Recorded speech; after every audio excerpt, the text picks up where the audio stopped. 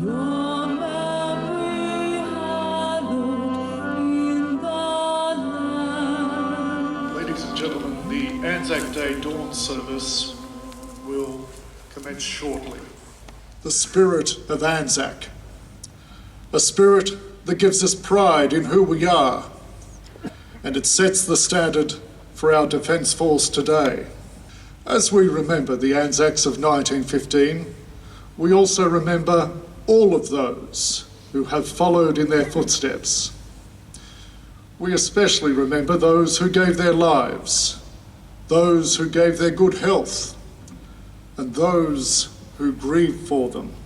The Australian and New Zealand Army Corps at Gallipoli made immortal the name of Anzac and established an imperishable tradition of selfless service, of devotion to duty, and of fighting for all that is best in human relationships.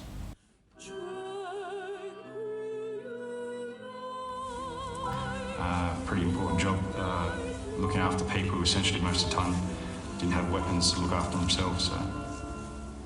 And coming back from our first patrol, that was when we were torpedoed. We got about 10 metres out the front of the HQ building when we were shot up from behind from approximately no more than 15 metres away. In that short amount of time that it took me to turn around and engage them, he was able to get off 7 rounds. The fireball that erupted over our heads, the blast wave itself, it actually shook our base like we're in an earthquake. We're covered in smoke and ash. This baby just been born was in a mini crib.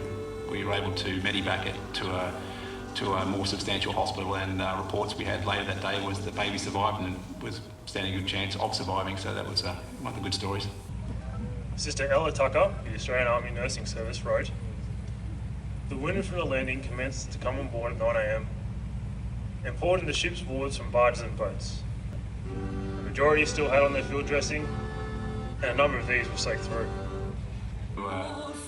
You do the military side of it, but then the humanitarian and aid is the stuff that really is rewarding. We can always go where civilian aircraft can't go, be it a war zone, be it wherever.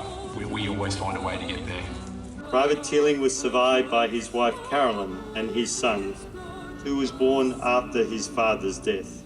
We know how many Australians have died in the service of our country, but we do not know how many grieve each Anzac Day. How many are grieving amongst us today? The loss of a child, a spouse, a parent, a relative, a friend. They shall grow not old, as we that are left to grow old. Age shall not weary them, nor the years condemn. At the going down of the sun, and in the morning, we will remember them.